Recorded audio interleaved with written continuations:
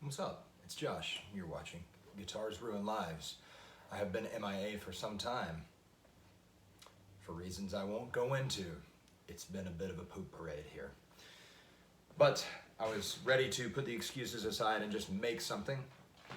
So today I'm talking about Floyd roses and why anybody would ever subject themselves to this madness. And I don't even know what all I'm gonna say, but here it comes.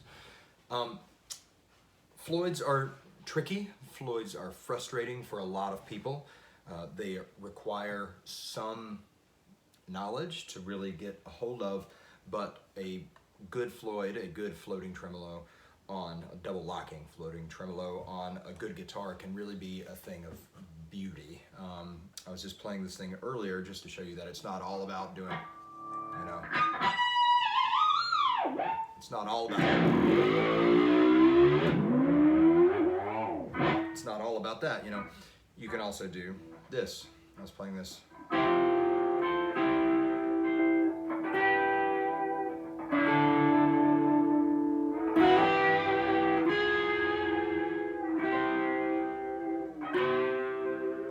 Of course, when you come up at the note like that, you automatically get that shreddy Floyd whammy thing, even if you're not going crazy with it. If you go, Steve Vai on one of his recent records has this thing where it starts off with this beautiful chord arpeggio. He's actually playing a Strat, but it's a similar sound.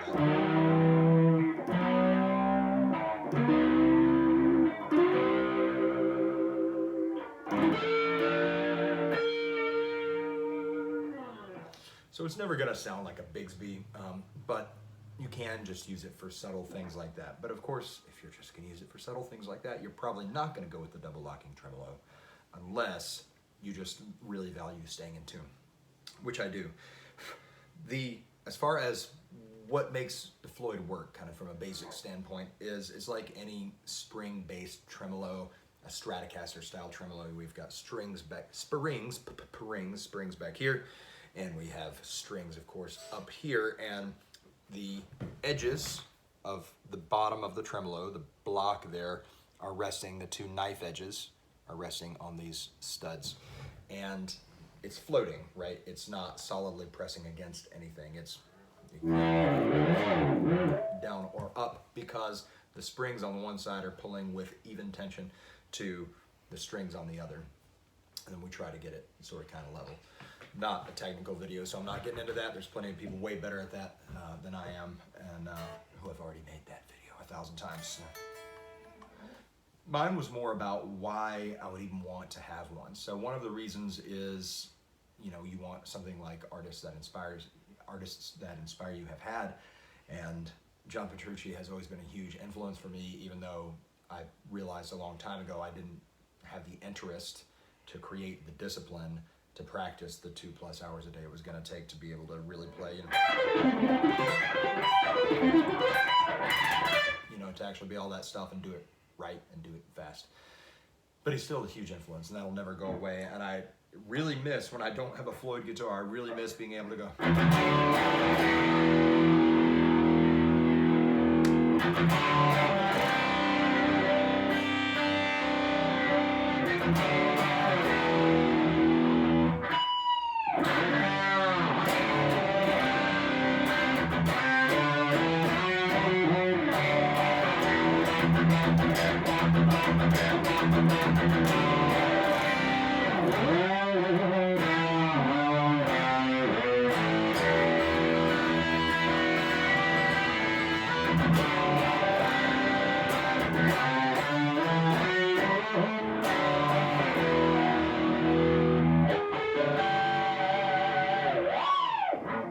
Sure miss that when I don't have it. It's a lot of fun. You can see it put a smile on my face, even though the technique wasn't all together there.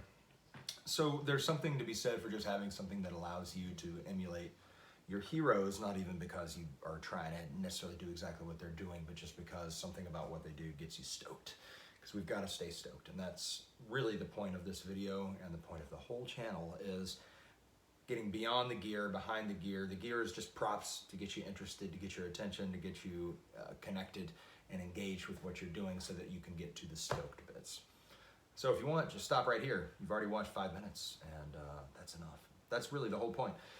As far as the rest of what I might do with the Floyd Rose that would make me want to have it, I do enjoy the expressiveness of being able to do, you know, a Jeff Beck type thing. Of course, you can do that with the Strat if you want to spend half your time setting up your Strat and getting it right, or taking it to a tech and spending plenty of money to get it to stay in tune. I hate that. I hate everything about a guitar that doesn't stay in tune, and so Strats are out for me if you're talking about using a bar. You know, there are going to be people who are like, well, that means you got a lousy slider, that means you got a lousy setup, and I'm just like, okay, I don't care. You know, I want a tremolo that stays in tune, which is why, for me, unless I eventually wound up getting really into a more country kind of sound or some real Daniel Lanois type production, I might want something with a Bigsby just for that sound, and those you use so lightly that it should be knocking your guitar out of tune. Otherwise, a double locking tremolo is the only tremolo I'm interested in.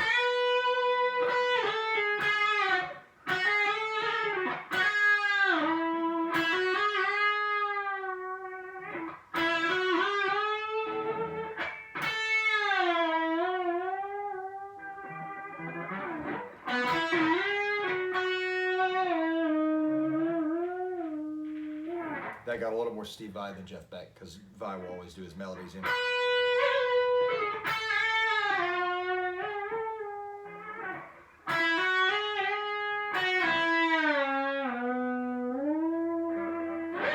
This leads to one more unexpected point in my music. God, this guitar is pretty. It looks awesome. My musical development, which is that I was a trombone player first, almost first. I played drums before anything else that I remember. And trombone was first, which really helped me tremendously in my musical development, to have an instrument that doesn't have any buttons. You know, frets are basically buttons. Put your finger here with enough force, and it'll more or less be in tune. It'll more or less be the note you mean to play. The trombone gives you none of that. And so that was my precursor to playing slide guitar, and then that was precursor to being able to play with a whammy bar with any degree of intonation at all. And even besides whammy bars, just even to be able to...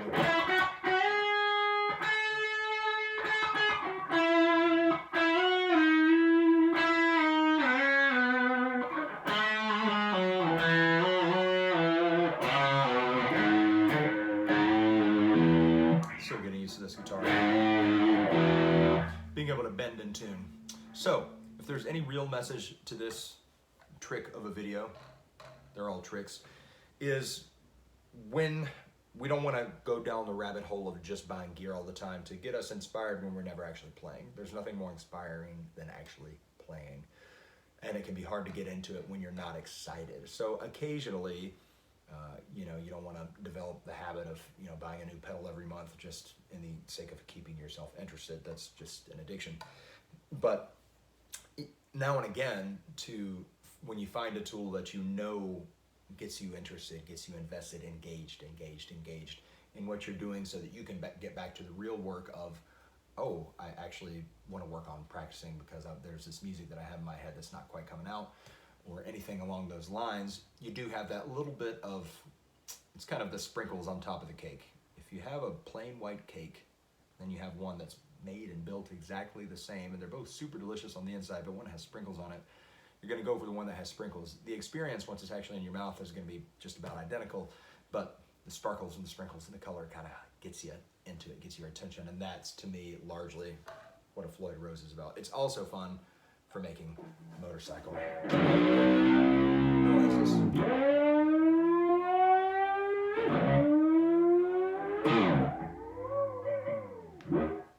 You can tell I'm no Floyd Rose expert. In any event, guys, thanks for hanging with me.